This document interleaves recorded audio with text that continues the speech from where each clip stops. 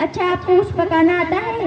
کمال کرتی ہو، ممی کو تو ٹھیک سے کھانا پکانا بھی نہیں آتا تو بھلا مجھے کیسے آئے گا؟ وہ تو بس مجھے فلم دکھاتی ہیں اور پارکوں میں تفریح کرانے کے لیے لے جاتی ہیں، اور لڑکے لوگ نہیں بتاؤں گی ورنہ لوگ کیا سمجھیں گے.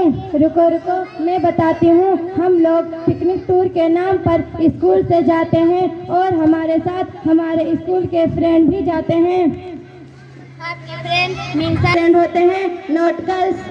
کیا کرتے ہیں؟ پھر ہم لوگ ایک ساتھ فوٹو کلک کرتے ہیں اور ایک ساتھ کھاتے پیتے ہیں، سانگ سنتے ہیں، فلمیں دیکھتے ہیں اور آزادی سے بنا دوپٹہ پلیس پارکوں اور ادر پکنک میں گھومتے ہیں جو ٹرپ کے نام پر ہے.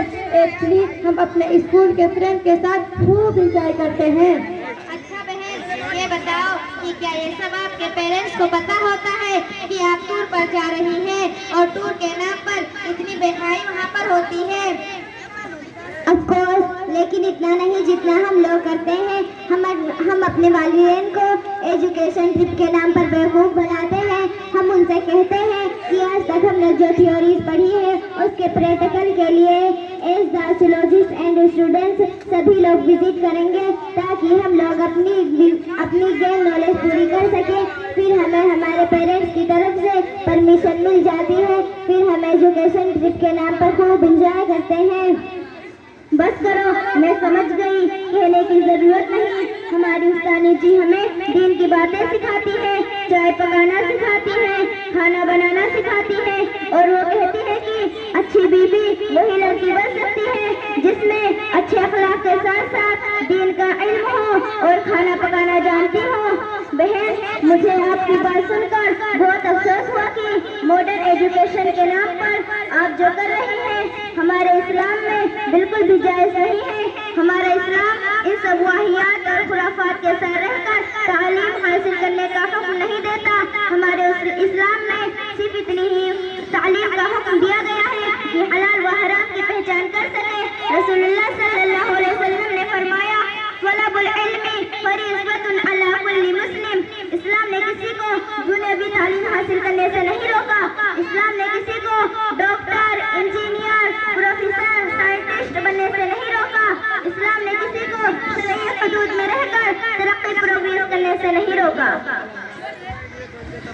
لیکن افسوس آج ہم ویسٹرن کلچر، مغربی تہذیب کے چکر میں شریعت و سنت کو بھول بیٹھے ہیں. موجودہ دور میں کالجوں کا ایجوکیشن کا سسٹم یعنی لڑکے لڑکیوں کے ساتھ نہ صرف ہمیں بے حیا اور بے شرم بنا رہی ہے بلکہ ہم سے ہمارے ایمان کا بھی سودا کر رہی ہے. موجودہ وقت میں ہزاروں لڑکیوں کی خبریں آ رہی ہیں کہ فلاں لڑکی فلاں کے ساتھ ناجائز تعلقات ہے، فلاں لڑکی نے غیر مسلم کے ساتھ بھاگ کر شادی رچا لی ہے. آج ہمیں اپنے لڑکیوں کا اس قدر خمار ہے کہ ہمیں ان کے ایمان، ان کے تہذیب، ان کے شرم و حیا کی کوئی پرواہ نہیں ہے. ہمیں اس بات کی کوئی فکر نہیں ہے کہ میری بیٹی تعلیم کے نام پر کیا گل کھلا رہی ہے. بہن، جبکہ ایمان بچانا فرض ہے نہ کہ دنیاوی تعلیم حاصل کرنا. اگر ہم اپنے بچوں کو تعلیم دینا چاہتے ہیں تو ایسے اسکول کالج کو انتخاب کریں جہاں شرعی حدود میں رہ کر پردے کے ساتھ ساتھ بچوں کو بھی تعلیم دی جا رہی ہو. ہم اپنے تعلیمی مراکز کو چوز کریں جہاں اچھی ایجوکیشن کے ساتھ ان کے ایمان، ان کے کردار، ان کے اخلاق کی بھی فکر کی جا رہی ہو. ہم ایسے اسکول کالج کو منتخب کریں جہاں ہمارے بچیوں کو دنیاوی تعلیم کے ساتھ ساتھ ایک اچھی مسلمان اور ایک اچھی شہزادی بھی بنایا جاتا ہو. اور الحمدللہ ہمارے گاؤں ہتھیا گڑھ میں ایک ایسا اسکول ہے جہاں بچے اور بچیوں کو دنیاوی تعلیم کے ساتھ ساتھ انہیں حافظہ عالمہ بھی بنایا جاتا ہے. اور ہمارے اسکول سلیبس نصاب کو اس طرح بنایا گیا ہے جو ان کے دنیاوی ترقی کے ساتھ ساتھ آخرت کی کامیابی کا بھی گارنٹر ہے. تم صحیح کہہ رہی ہو بہن. مجھے بھی افسوس ہو رہا ہے کہ ممی پاپا نے مجھے کہاں رکھا ہے. مجھے سوائے انگلش بولنے اور پڑھنے کے علاوہ اور کچھ بھی نہیں آتا. اور تمہیں تو ماشاءاللہ اپنے دین کے بارے میں بہت کچھ آتا ہے. اچھا یہ بتاؤ تمہیں پھول بنانا آتا ہے؟ ہاں، ہمیں وہ بھی سکھایا جاتا ہے اور ہمیں یہ بھی بتایا جاتا ہے کہ عورتوں کو گھر میں کس طرح رہنا چاہیے. چاہیے اور کس طرح خدمت کرنی چاہیے؟ اچھا، کل سے ہم لوگ بھی آپ کے مدرسے میں پڑھنے چلیں گے، چاہے ممی پاپا ہم لوگوں کو کتنا ہی مارے۔ ہاں، کل سے ہم لوگ بھی آپ کے مدرسے اسکول میں پڑھنے چلیں گے۔ ہم لوگ پہلے استاد سے بات کریں گے، وہ ضرور کوئی نہ کوئی حل نکال دیں گے۔ اچھا، ہم لوگ اب چلتے ہیں۔ السلام علیکم۔ وعلیکم السلام ورحمۃ اللہ وبرکاتہ۔ تالیاں تالیاں بجاؤ، تالیاں بجاؤ۔ ماشاءاللہ، بہت خوب۔ بچیوں نے کالج اور مدرسے کی تعلیم کے اندر کیا بنیادی فرق ہوتا ہے اس کو اس مکالمے کے ذریعے سے بہت واضح انداز میں پبلک کو پیغام دیا ہے۔ آج ہم کو سمجھنے کی ضرورت ہے کہ کالج کے اندر تعلیم کے نام پر کیا چیز ہمارے بچوں کے ذہنوں میں بھری جاتی ہے، ہمارے بچوں کو تعلیم کے نام پر کون سی شکشا دی جاتی ہے، ان کے ذہن و دماغ میں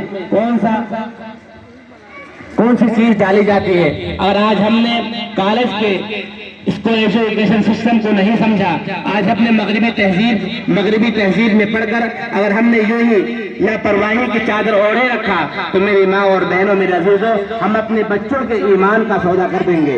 اس لیے آج ہم کو تعلیم کی اہمیت کے ساتھ ساتھ اس بات کے اندر بھی غور کرنا ہے کہ ہم کیسے مراکز کا انتخاب کرتے ہیں، کیسے کالج کا انتخاب کرتے ہیں، کیسی تعلیم گاہوں کا انتخاب کرتے ہیں کہ جہاں ہمارا بچہ دین اور دنیا میں دونوں تعلیم حاصل کر سکے، جہاں ہمارے بچے کو دین کے ساتھ ساتھ دنیاوی تعلیم دی جاتی ہو، جہاں ہمارے بچے کو دنیا کے ساتھ ساتھ تہذیب، اخلاق اور کردار سکھایا جاتا ہو، جہاں ہمارے بچے کے اندر دنیا کی تعلیم کے ساتھ ساتھ نبی کریم صلی اللہ علیہ وسلم کے سنتوں سے محبت کرنا سکھایا جاتا ہو۔ اس لیے میری ماں اور بہنوں، میرے عزیزوں، ہم سب کو یہ بہت نازک مسئلہ ہے۔ ہم سب نے اگر اس بات کو سنجیدہ نہ لیا، اگر ہم نے اس بات پہ غور نہ کیا تو میری ماں اور بہنوں اور میرے عزیزوں، ہماری آنے والی نسلیں اپنے ایمان کا سودا کر دیں گی اور اپنے ایمان سے دور ہو جائیں گی۔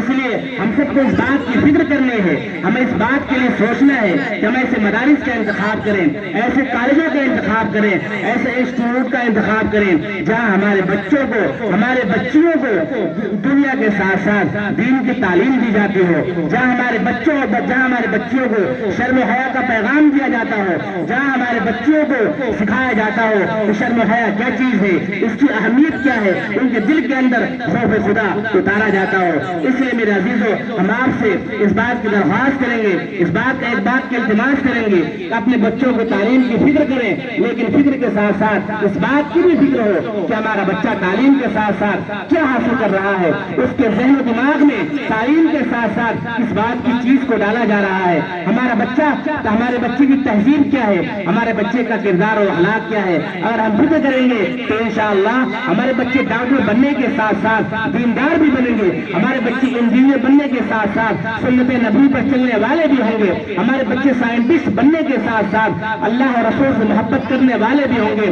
ہمارے بچے پروفیسر بننے کے ساتھ ساتھ مدارس سے، مساجد سے اور دین اسلام سے محبت کرنے والے بھی ہوں گے۔ اس لیے میری ماں اور بہنوں، آج سے دل کے اندر حاصل کر لو، دل کے اندر تہیا کر لو کہ ہم اپنے بچوں کے تعلیم کے ساتھ ساتھ ہم ایسے مدارس کا، ایسے مکاتب کا، ایسی تعلیم گاہوں کا انتخاب کریں گے جہاں ہمارے بچے دنیا کے ساتھ ساتھ دینی تعلیم سے بھی فیضیاب ہوں۔ غوثیہ خاتون بنت مولانا محمد علی واحدی۔